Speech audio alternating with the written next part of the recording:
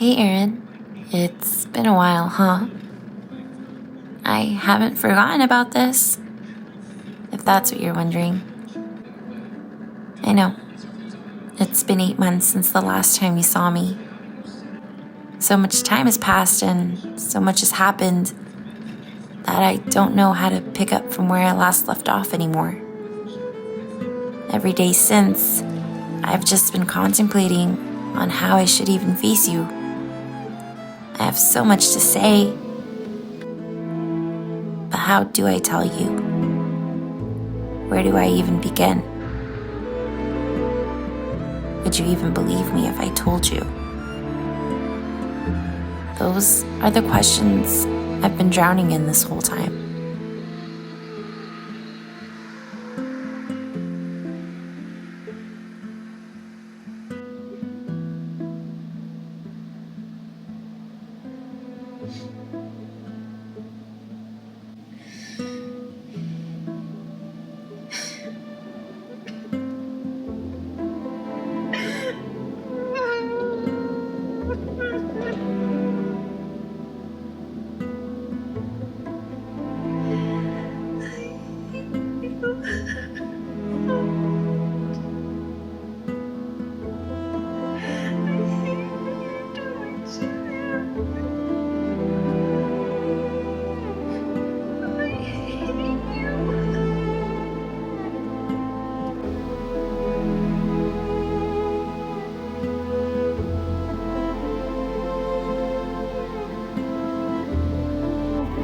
I hate you. I hate you. I think I hate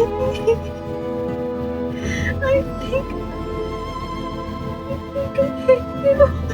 I hate you.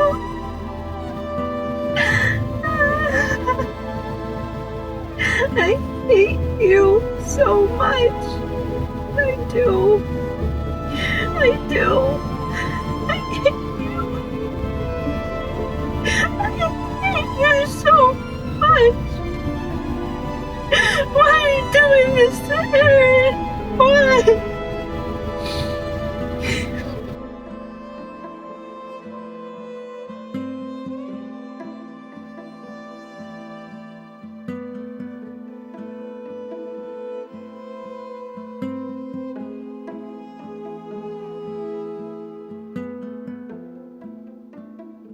It is 9:57 p.m.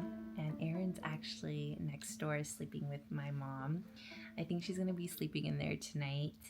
And I'm just hanging out, enjoying my downtime before I have to take a quick nap. And later I will be going to the gym and I'm going to go running before getting my new day started.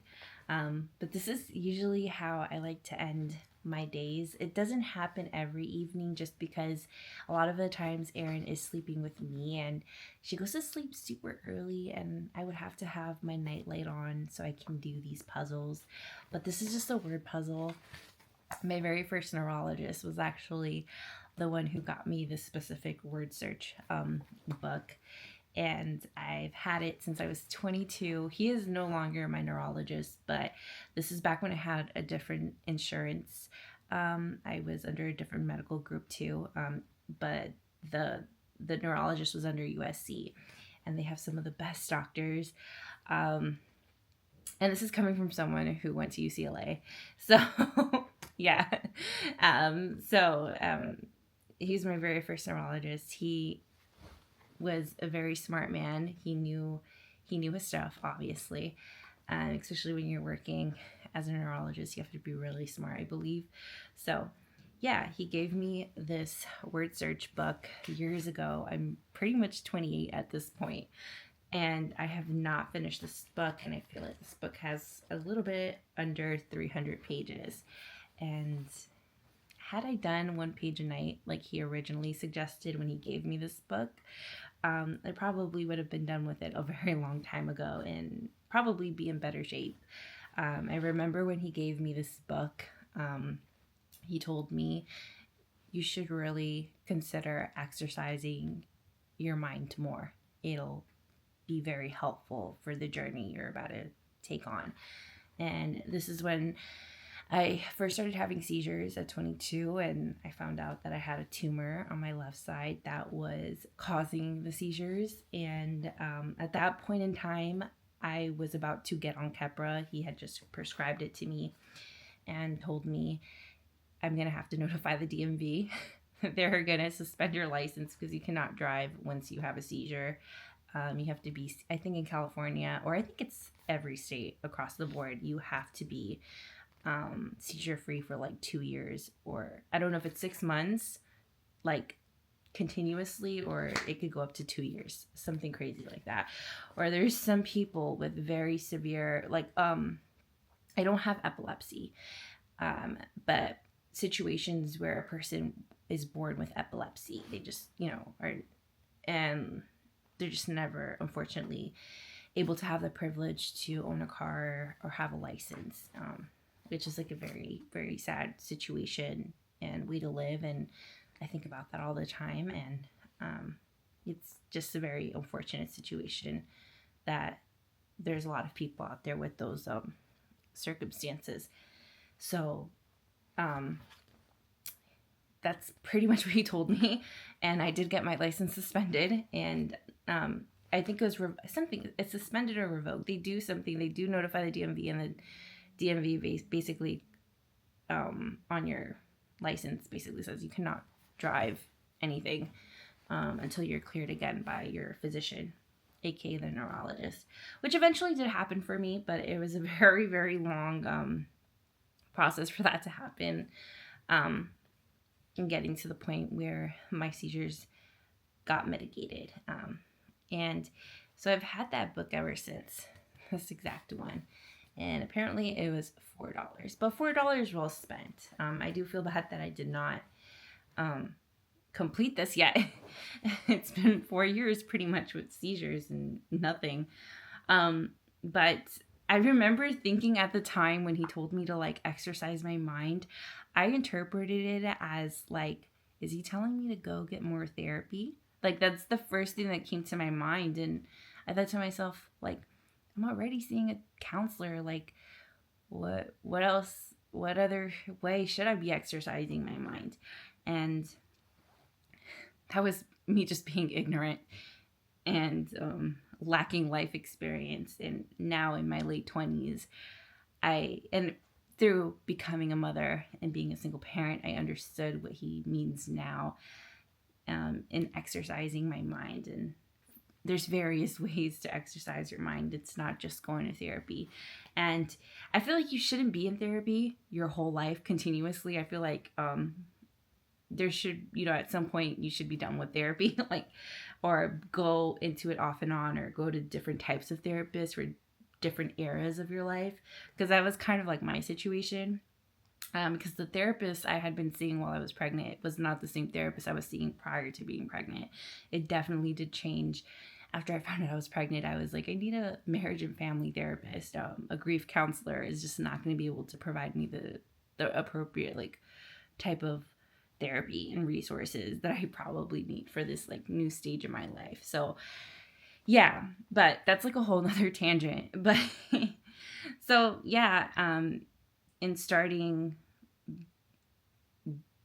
motherhood and being a parent, especially a single parent, I have had to really be proactive and take care of myself, not just physically, but spiritually, emotionally, and like mentally. And that's kind of where I discovered the different ways that you can exercise your mind. And one of the more obvious ones too, aside from therapy, is exercising. Like running is like a really good way to like exercise your mind. And things like this, like puzzles, are really great, whether it's like a word search or a traditional puzzle. I'm hoping to like just like hoard a whole bunch of puzzles while Erin is still young, so we can do them together maybe in another couple months when she's still such a baby yet, so she doesn't really understand. But it would be fun to do puzzles with her. I think that'd be really great for her development as well, and for me to exercise my brain. But I have picked up word search for now because it's relatively inexpensive and I like it. It's a very nice way to also kind of like wind down, especially after a long day of working from home and also raising my daughter. It's very hard juggling two full-time jobs pretty much at the same time. But I do it because it's what I have to do, and I try to do it with a smile on my face. And you know, I am trying my best to just take care of myself in every facet because having seizures, I started having them relatively young. 22 is young, and so I quickly saw how having a neurological disease can really impact almost every part of your life, even if it is like a disorder that is not necessarily visible to the naked eye. And, it was one thing having seizures in private. It was another thing when I started having seizures in front of like other people or in public. Now, this is before I became a mom. Thankfully, I haven't had a seizure since I was pregnant. I had one really big one right before I found out I was pregnant. And then none since. They've been kind of dormant. I've been relatively in good health since being pregnant and being a mom, which is, I think, part of the blessing in disguise of this whole situation. But I just remember when it started to become very obvious that there was something wrong with me, I became like very insecure and anxious as a person, because a lot of people, whether you're born with epilepsy or you develop a neurological disorder like later on in life where you develop seizures or seizures become a symptom of something greater, you become anxious because you just never know when the next seizure is. And I kind of lived in that type of state for a very long time, and just not being in the best environment either didn't really help, and not having like the proper support emotionally to kind of like be able to properly process. And I think like people don't understand how much like having something wrong not cognitively, but like something wrong with your brain health, how it affects your life.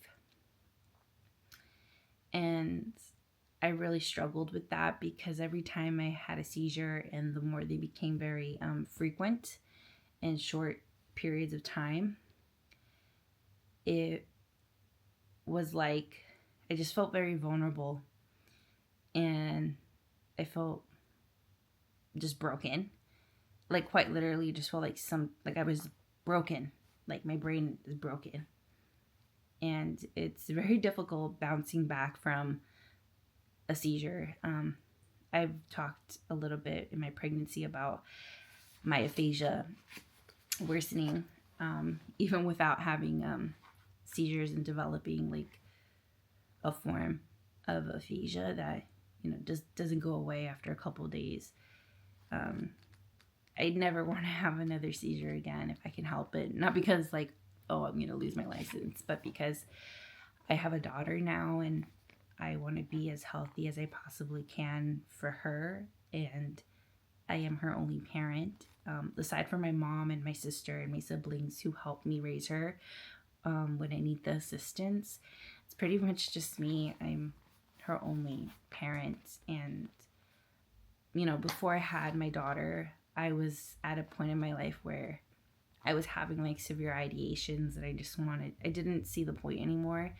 And I was like holding on by like a thin thread. And then my daughter came into my life, and she helped pivot me back to the right direction in my life. And she's kind of like changed the whole trajectory of my life in the best way possible. So I want to be around for a very long time. I don't want to have another seizure ever where I forget my name for days, or I forget how to talk, or I can't say my daughter's name, or I can't recognize her, because those things happen when you have seizures. And it's like the scariest thing ever, not being able to remember. And I couldn't imagine like having something like that even happen in front of my daughter. I don't want to ever traumatize her like that. So, especially like with recent events, things just got put into perspective that I didn't care before to live a very long life, but my daughter has completely changed that ambition in me. Before, it was kind of like I'm just like kind of wishing to disappear, or like waiting, trying to pull the trigger. And now it's kind of like my ambition is to live and not just like be alive. And I want to see my daughter, become a woman. And I keep my fingers crossed that she's healthy and she doesn't end up having anything similar to this or have to worry about things like this. And I don't ever want to worry my daughter in this type of way, so I have to do everything in my power to just be the best version of me. And yeah, I just like,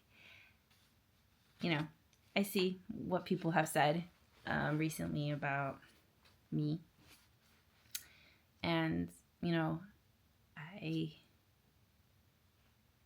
I feel like it's very dangerous to kind of say like, oh, well, she has mental health issues, or she's depressed, or she's anxious, or she's this, so she must be an unfit parent, or that's why this X, Y, and Z. And it's a very dangerous like way to like speak about something like this, because postpartum anxiety and depression is so real. And I've had my own struggles with that, and they aren't entirely consuming me, but that's a real part of life. I don't think anyone in this life goes unscathed from mental health issues. I think it's a very normal thing, or it should be normal for a parent to say like, hey, like, I'm struggling, like I'm going through it, especially a single parent. Like, to tell a single parent, well, like, oh, well, she has mental health issues, so maybe that's why X, Y, and Z. Like, it's just dangerous rhetoric to have, in my opinion. I feel like it doesn't add to the conversation, but it kind of hinders people from living in their truth. And I think I've always been a proponent of, being unapologetically me, and being very open and honest about like having depression and having anxiety and the things that I've gone through the last couple of years. And those are very real things, and I'm not ashamed of them, because I remember growing up in a whole different type of like social climate where mental health services aren't what they are today, or like readily accessible. And like the way mental health is even spoken about so liberally as an adult now, like that's not what I experienced as an 11-year-old girl who, or 10-year-old girl who told her mom like, I'm being like SA'd, so I've experienced like not being able to talk about like how I'm feeling, and then being on the other end now as an adult, and just seeing how like normal it is to be honest about these type of topics, because it's real. It is so beautiful, and I just know that my daughter is going to live a much better life just because of something so simple as mental health being advocated for in a way that it wasn't when I was a kid. So I think I've just aged myself.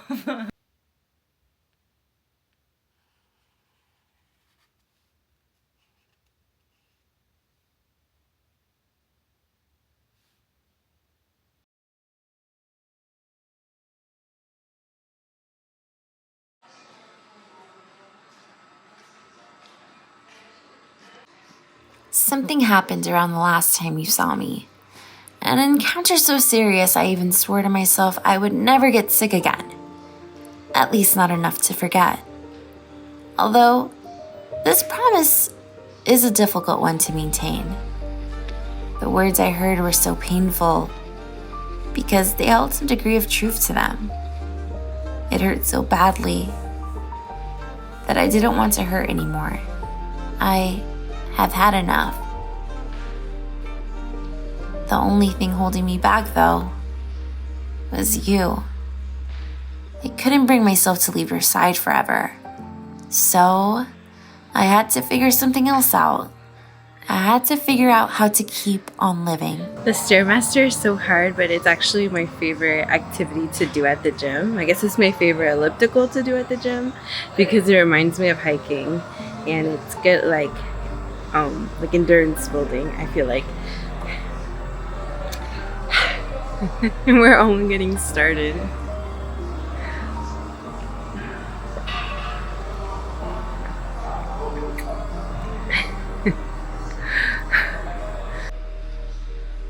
I spent many nights weeping in bed, desperately crying out to God, asking Him for strength and willpower.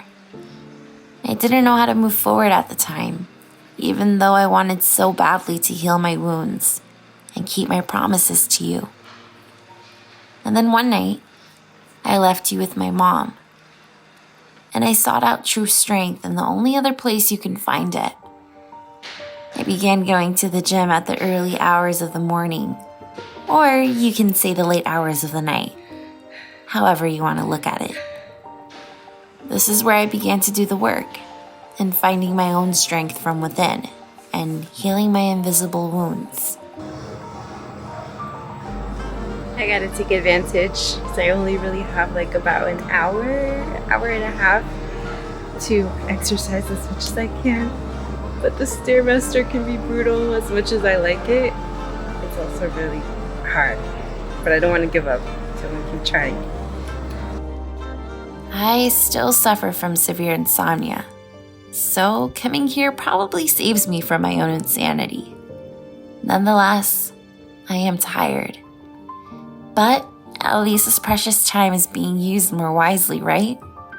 In the beginning, I found myself replaying events in my head all night, scared I would fall asleep and somehow forget it all in the morning. But when I could catch a break and sleep, the day and the things said, they would somehow seep into my deepest of sleeps. It felt like I couldn't really escape the past.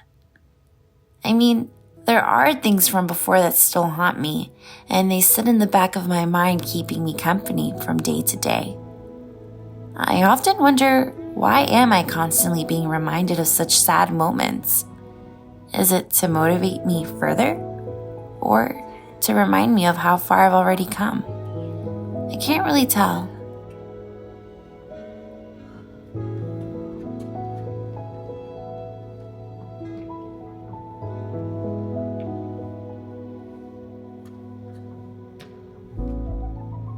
I think there are two people in the world.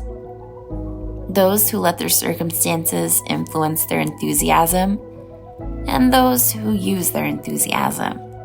And I like to believe I fall somewhere in between. But what do you think, Erin? Where do you believe I fall under? And don't worry, I'll accept your answer earnestly. I say this only because I know I thrive off of my emotions. And at times they make me reactive in most circumstances. I have always felt the need to really dwell in my feelings first before I could even move forward. It's almost as if I also need that time to really understand myself further. I kind of think that is the best way to describe me the last few years of my life. Is that why I've spent most nights crying so intensely? Is that why I'm here at the gym at 3-something in the morning? I guess I really didn't like to be degraded in the way I was. I don't want another woman to ever speak or treat me the way that I've been letting some people do the last year. There's no empathy in the women I have encountered throughout my time as a mother so far. I guess after crying enough, I found the ambition from within to turn pain into another reason to keep on living.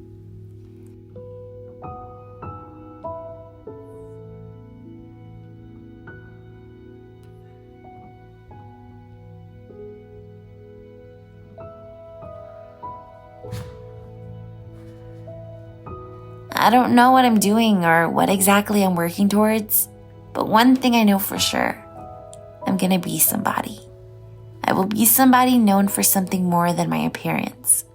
It will be for helping people find their own enthusiasm in life so they can live freely and happily too.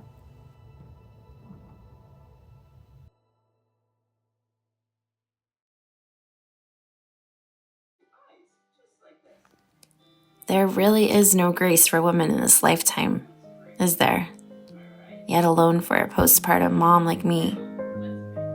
I hate being a girl, but I love being a woman. Being a girl is tough because your appearance can hold so much of your value to others. And the weight of your appearance, it's held differently depending on the perspective. Yet I love being a woman because our bodies tell our stories for us without us having to say much of anything. This whole time, I think I was focused on all the right things that I never noticed anything wrong with what I saw in the mirror. But as soon as one stranger pointed it out, I started degrading myself further. How did I not notice anything sooner? Is what I thought when I first began to notice. Maybe it's because I have had a healthy relationship with my body this whole time that I truly never noticed.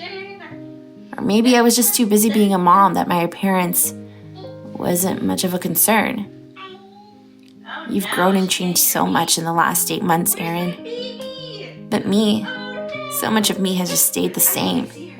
And I'm not sure if it bothers me as much as it might bother others. What kind of example am I setting right now? Although being made fun of for my appearance after giving birth hurt my feelings so badly, I'd rather feel those emotions for the rest of my life than have you experience that level of body shaming. I missed you while you were sleeping. I missed you. Just like that.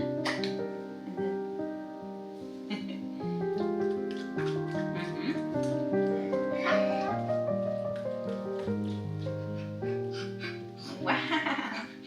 Yes, you want some more? Can mommy have some? I want to smell good. I'm angry.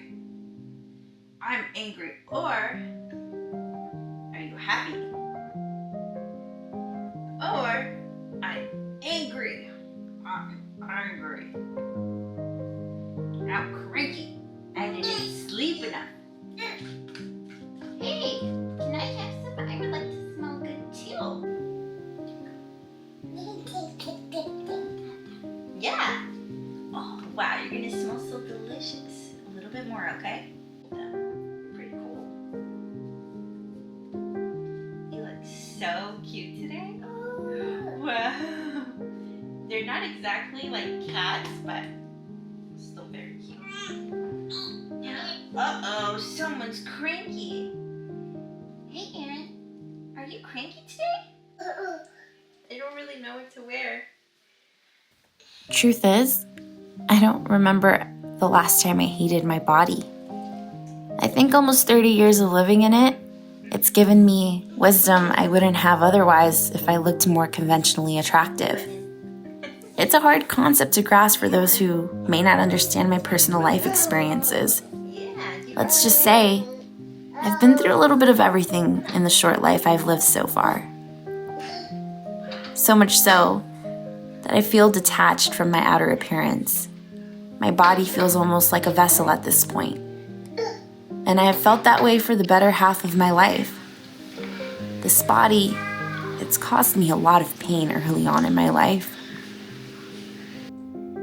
This is where you slept for 9 months, Erin. This is where I kept you warm and safe. This is where I fed you. And this is where you hung out on all of our hiking adventures for the first 9 months. Right here in Mama's belly. And I even have a couple of mementos down here. Some stretch marks, some cellulite. I have a very prominent one like right around here. And that is actually where my daughter kept her head. This is where you had your head right here, Erin. Right in this spot. Right in this spot. For a very long time. Yeah. It's really cool. Very beautiful, very beautiful. My boobs have always been very, very saggy, so this is actually whatever to me. I could not care less. Mommy's still trying to figure out what to wear. I don't know. I want to match you.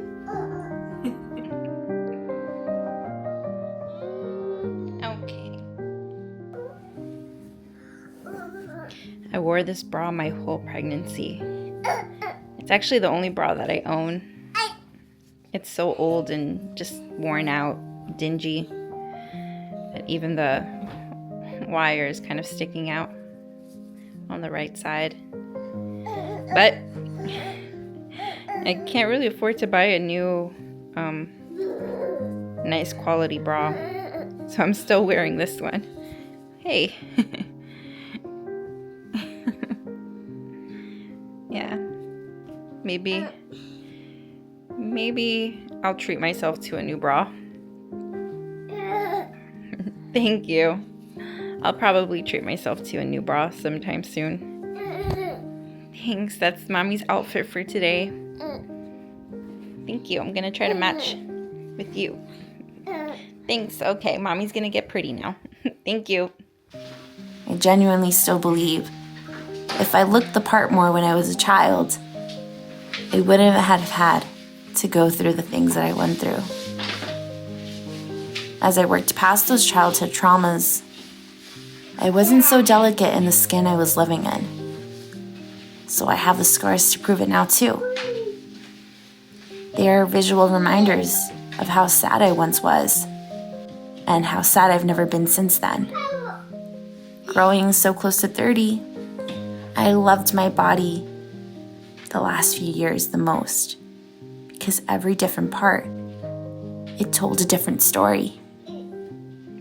My body is a testament to how much life I've lived through, and I'm so grateful for that. So, why did what that person said hit such a chord? And I've spent so much time struggling on how do I even want to go about that conversation? Because do they even deserve the credit for how far I've come?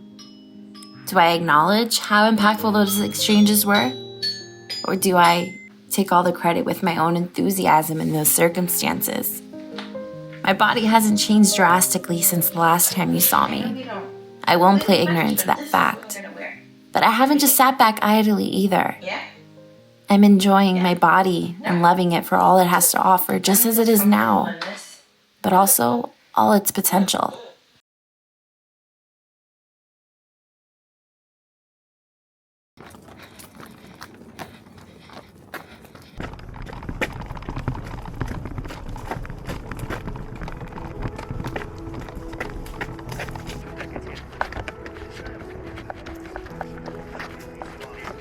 I started running back in February. You were only about 9 months old at the time. Even between that time and now, so much has changed, Aaron. So much. When I first started running, you couldn't even walk, and I didn't even know the difference between a regular stroller and a running stroller.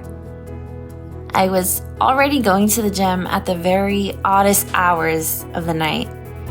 And on top of everything else that had just happened, I was becoming depressed and overexerting myself. It felt bad that I was no longer able to cuddle with you all night and be there when you needed me the most. And I felt like we were growing apart because of that.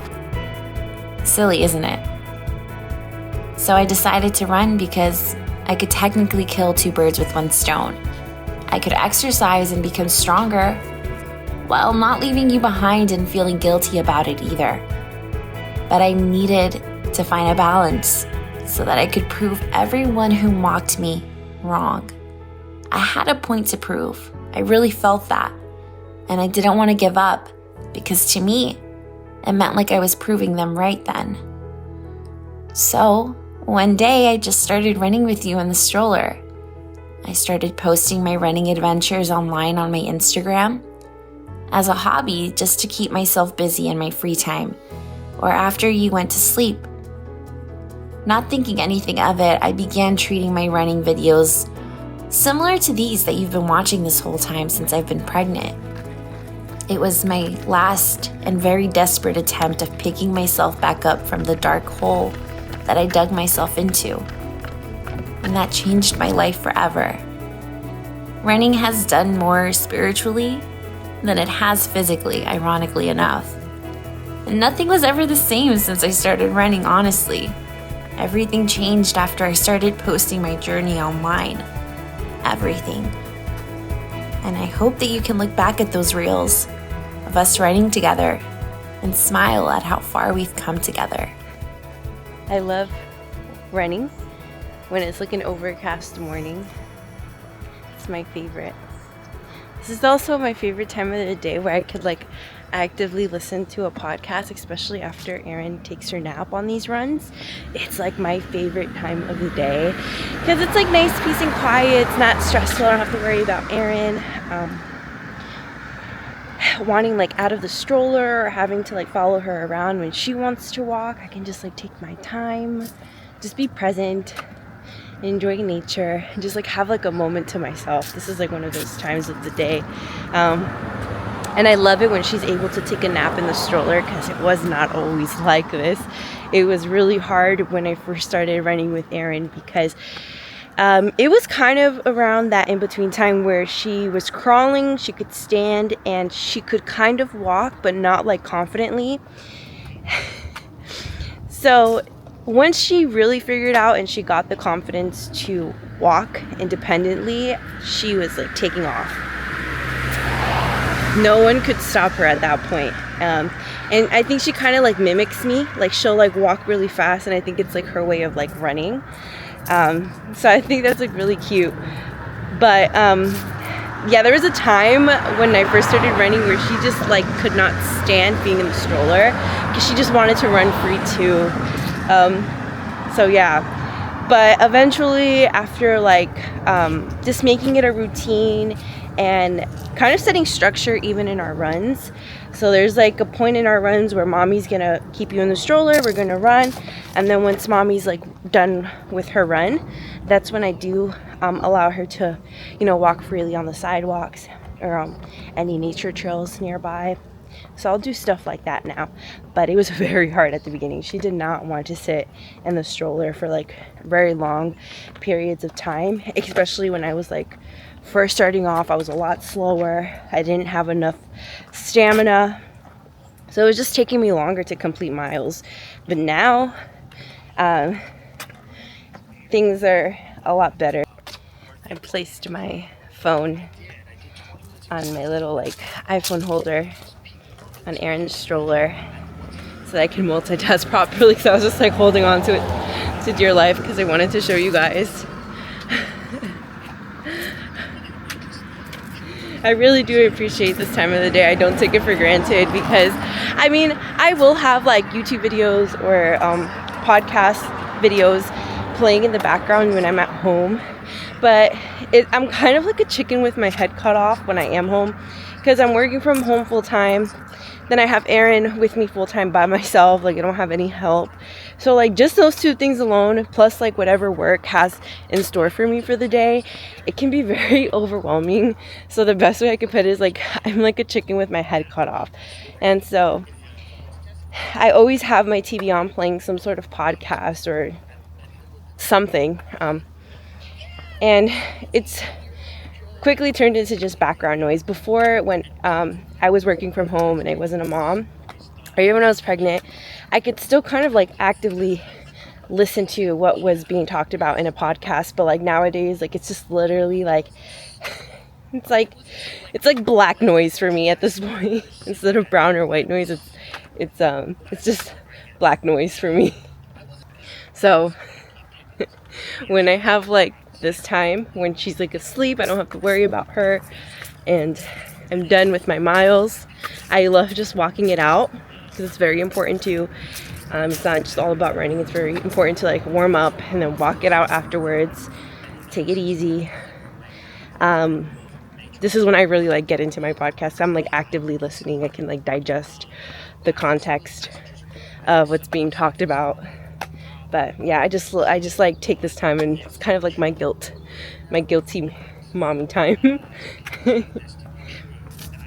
I just love this overcast weather. It's just so perfect. It's like the perfect running weather because it's not too cold and it's like a little bit humid. Look, I am sweating and we only ran like 3 miles, but it's so much better than like the blazing heat that takes over in the afternoon. So now I'm ready to start my day. I feel pumped and fueled.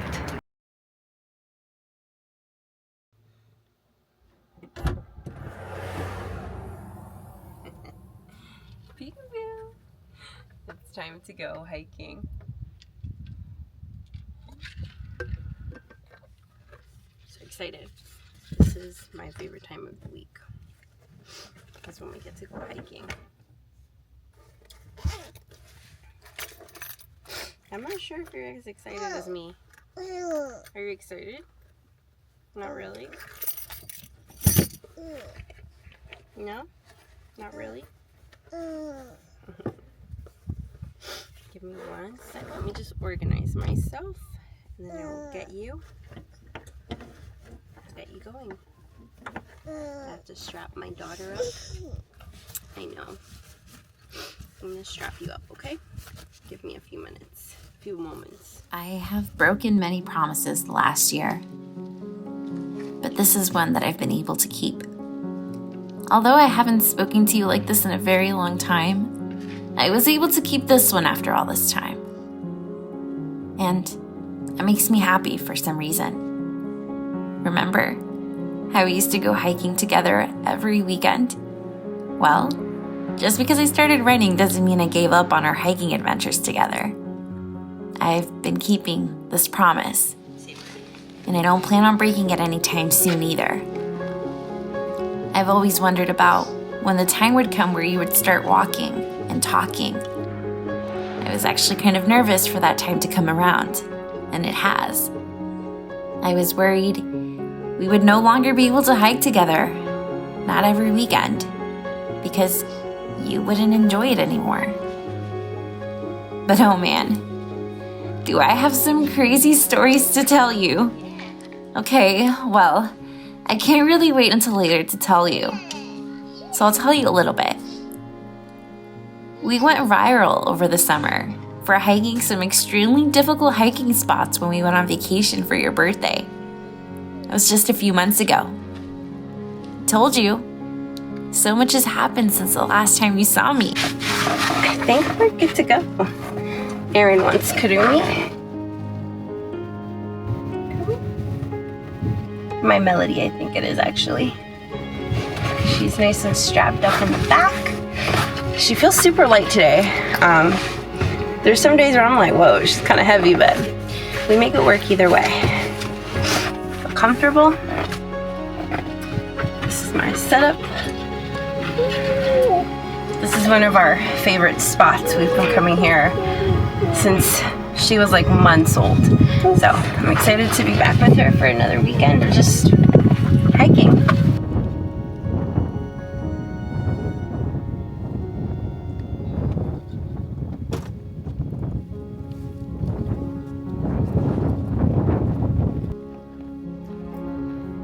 We haven't been here in a couple of weekends, and I've been thinking about this spot. I'm happy we came today.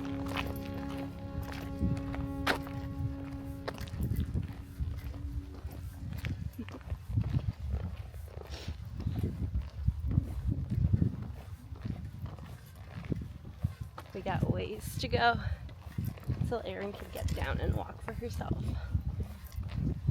But we'll get there in no time.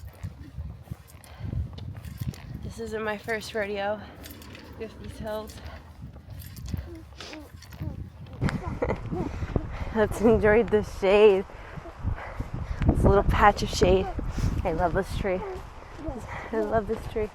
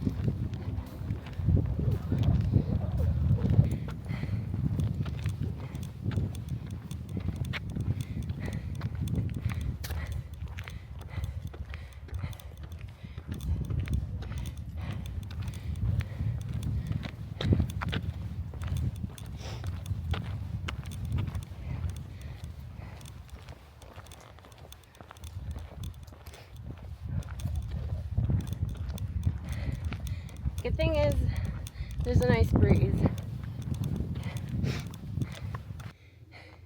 I'm enjoying the shade right now. I see a bird. I see a lot of squirrels. Let's enjoy the shade. This little patch of shade. I love this tree. I love this tree.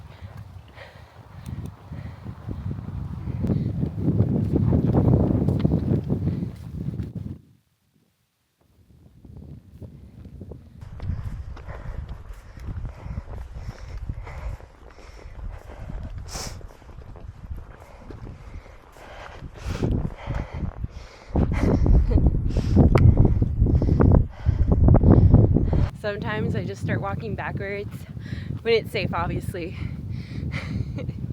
Just so I can like take a look back at how far I've come up so that I don't give up. But sometimes it's really discouraging. This isn't even really a crazy incline. It's just been a minute since I've done it.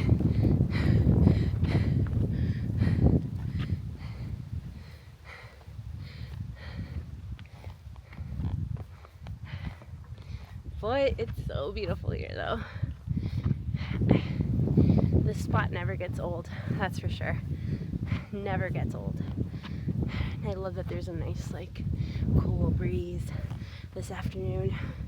Feels super nice.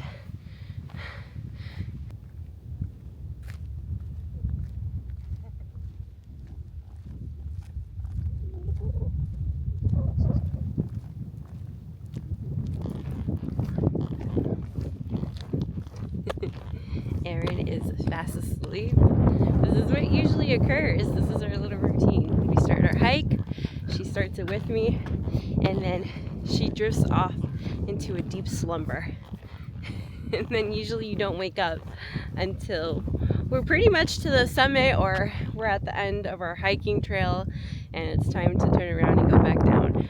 But I love having you accompany me either way, whether it's asleep or awake, because it really is a motivator for me to get like stronger on these hikes. I can continue carrying you on my back for as long as you let me. So it's really good workout for me either way.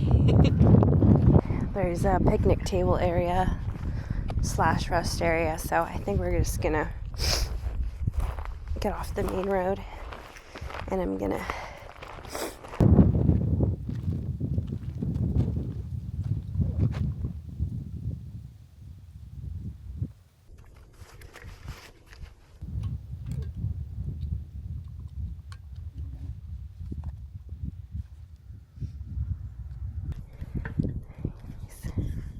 all the ice is melted, but thankfully the Stanley tumbler keeps my drinks relatively cold for the entirety of a hike, so cheers.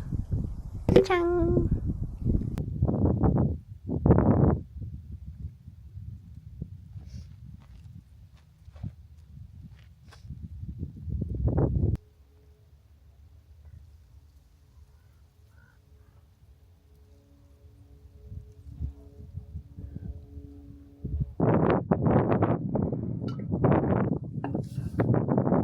The weather is just too good today. It's so good. Love the breeze. I love this weather. It's like the perfect hiking weather. Erin's still sleeping on my back. But what you usually do, Erin, is you kind of like always lean over to one side, so most of your weight I feel it on one side of my shoulders. So I always feel like my center of gravity is just completely off. So yeah.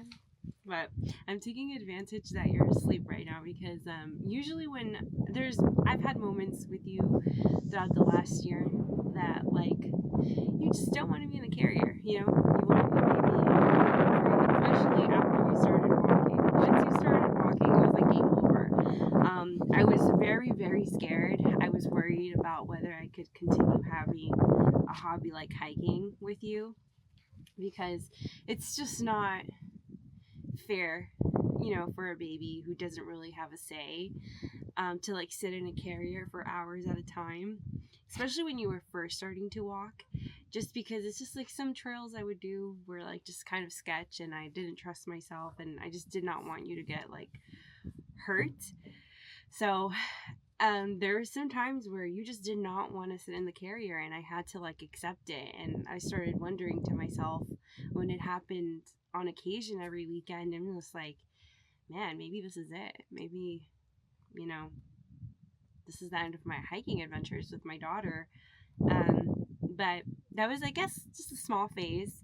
And now, as soon as you go into the carrier, you take your nap, and I get to enjoy being outdoors and just like think about nothing and just be out in nature somewhere quiet with you. And the last 2 years, pretty much my 9 months of pregnancy, and this past year, just like hiking to as many places as I could take you, as I could complete, it's just been such a blessing. And there's no other way I would have rather spent the past 2 years. There's nothing else I would rather have done. I'm so happy that I picked up hiking with you when I was pregnant, and we've been doing it ever since. And if it comes to an end as you get older and you start playing sports on the weekends, it is what it is. But I hope we can, in the future, like come together and at least come to like Chino Hills State Park, because this is I have so many memories, and I can think about so many different emotions and state of mind I was in coming on hikes here or just walking the paved road. I can remember distinctly like how heavy my heart would feel sometimes, and all these other different emotions that I came to this park feeling. So, and I'm just thankful that I have a companion like you, and I can't wait for you to start doing your own hobbies. I would love to know what inspires you. I just hope you pick up a sport. You don't have to love hiking, but I hope you do play a sport. I think it's good character building. But yeah, Chino Hills State Park holds a very, very special place in my heart. I have so many memories with my daughter here. I want to start crying, but I'm so happy, Erin, that you have allowed me to heal myself through hiking, and you have just joined me on this journey and kept me company in really rough times. Oh, it's just us? Yeah.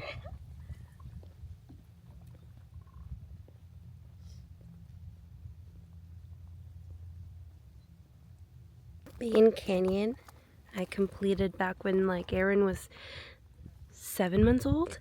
So last like November, December. And Bain Canyon Road, paved, it's pretty much what we walk on. I do this trail pretty often.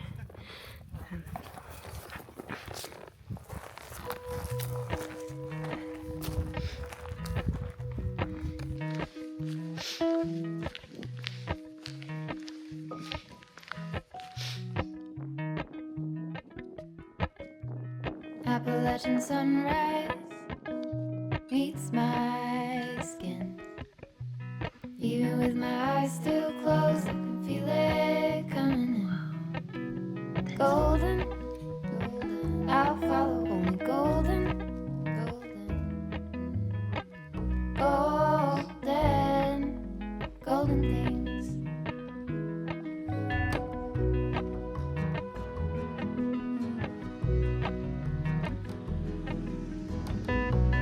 Mount Laurel high fives for miles in spring. Rainbow trout and hummingbird sing. Golden,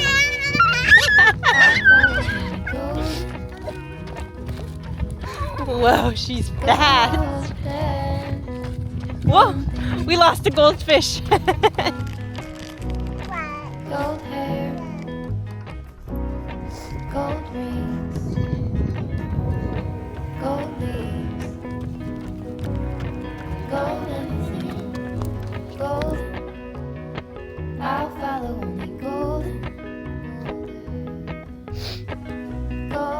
get going. Dun. Dun dun. Dun dun. Dun dun. Airplane. Yeah. Dun dun dun dun dun dun. Dun dun. Let's get going. Ready? Let's go. I'll follow your lead, okay? It's time to go home. I have captured my daughter. Now we're heading back.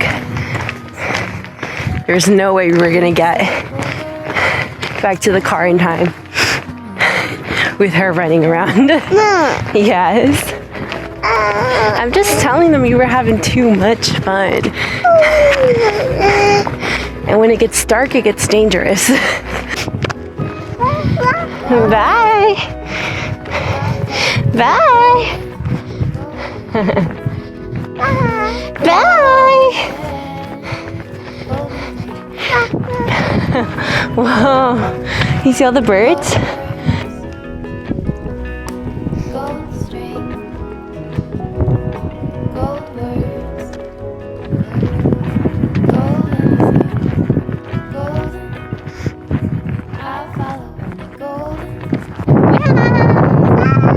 Bye, future Erin. We'll see you later. Golden things, golden. I'll follow only golden, golden.